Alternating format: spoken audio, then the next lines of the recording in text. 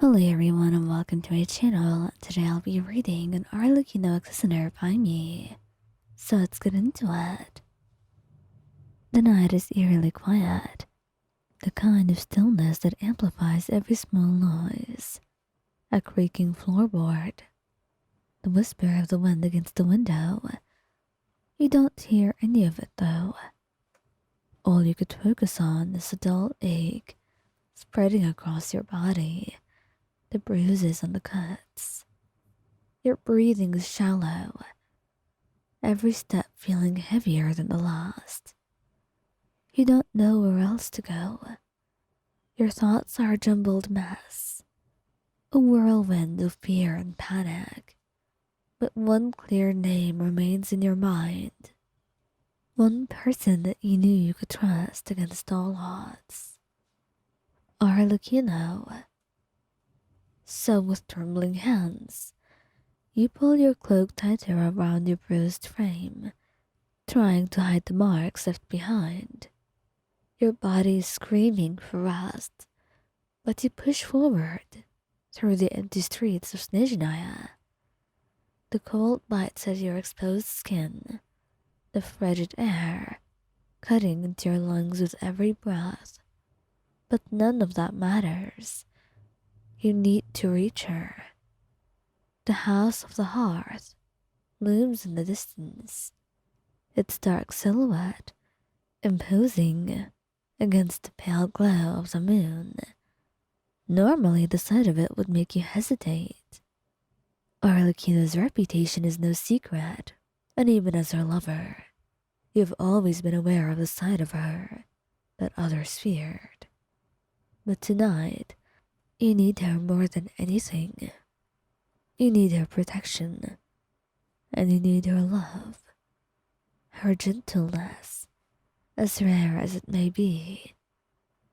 You reach the front entrance, and for a moment, you hesitate, your fist hovering over the door. What if she's angry? What if she sees your weakness and pushes you away? Your mind suggests, even though it makes no sense to you. And so, with the pain in your chest, both physical and emotional, you finally decide on overriding your fear, and you knock. The sound weak, but urgent, each strike sending a tremor through your aching hand. For a few heartbeats, there is silence. Then you hear footsteps from inside, heavy ones, unmistakable in their authority. The door opens, revealing Arlecchino, standing tall and regal in her black coat, her sharp eyes narrowing as they took in your disheveled state. For a moment, her expression is unreadable, but then she steps forward, her voice low, measured. What happened to you? Hearing her voice, calm, authoritative, but with a hint of something else, something softer. It makes your control crumble. The weight of everything you've been holding in comes crashing down all at once, and before you could stop yourself, tears spill from your eyes. I didn't know where else to go. You stammer, your voice breaking. They hurt me. Arlecchino's eyes darken at your words, her jaw tightening. She does not ask for details. She does not need to. Her sharp gaze sweeps over you, taking in the bruises, the dried blood in the corner of your lip, the way you're cradling your side. And without a word, she steps aside, her hand reaching out to guide you inside. The moment her gloved fingers touch your arm, the world seems a little less terrifying, though the pain remains. "Come in. You're safe now," she says quietly, though her voice holds an unmistakable edge. You stumble inside, your body finally succumbing to exhaustion. Arlecchino closes the door behind you, locking it with a quiet but deliberate motion.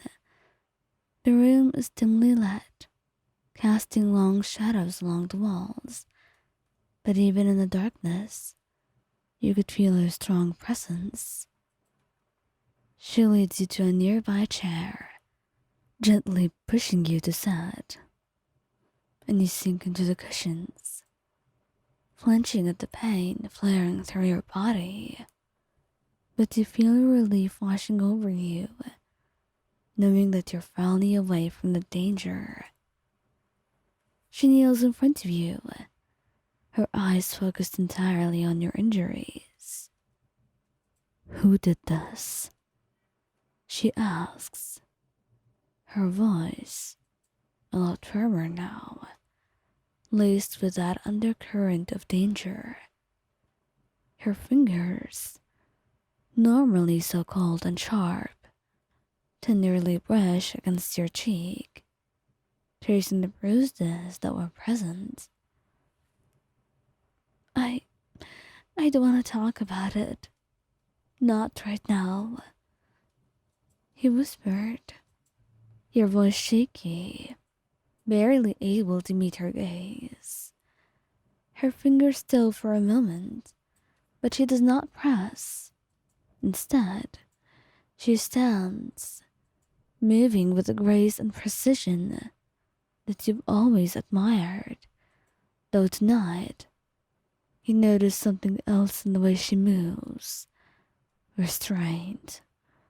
"Stay here, Ryan. I'll get you something for the pain," she says, her voice firm but reassuring. You watch as she disappears into another room, your heart pounding in your chest. Despite the situation, despite the fear and trauma that still cling to you, you feel a strange sense of calm in her presence. She's always been your protector, even if she rarely shows her softer side. When she returns, she's carrying a small tray with a glass of water, a few herbs, and some cloth bandages.